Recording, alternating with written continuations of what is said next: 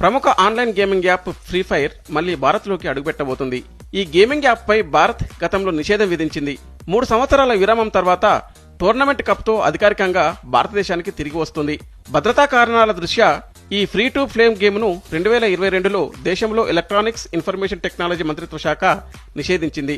తాజాగా free fire max tournament cup ను ప్రకటిస్తూ కంపెనీ ఇన్స్టాగ్రామ్ పోస్ట్ ను షేర్ చేసింది. భారతదేశంలో జట్టు కట్టాల్సిన సమయం ఆసన్నమైంది అంటూ గేమింగ్ ట్రైలర్ ను రిలీజ్ చేసింది. వేడి పెరుగుతోంది, యుద్ధభూమి సిద్ధమైంది, తేజ్ ఫెమిక్ త్వరలో వస్తోంది. ఇక్కడ తేజ్ ఫెమిక్ అంటే Tej free fire max India cup అంటూ ప్రివ్యూ రిలీజ్ చేసింది. ఇది జూలై 13 నుంచి సెప్టెంబర్ 28 వరకు జరుగుతుంది. ₹1 కోటి బహుమతిని కలిగి ఉంటుంది. నిషేధం తర్వాత భారతదేశంలో చేసిన అతిపెద్ద టాస్క్ ఇది. దేశంలో వేగంగా అభివృద్ధి చెందుతున్న గేమింగ్ మార్కెట్ లో ఇది కీలక పరిణామమని చెప్పాలి. టోర్నమెంట్ ప్రకటనపై సోషల్ మీడియా వినియోగదారులు ఉత్సాహంగా స్పందించారు.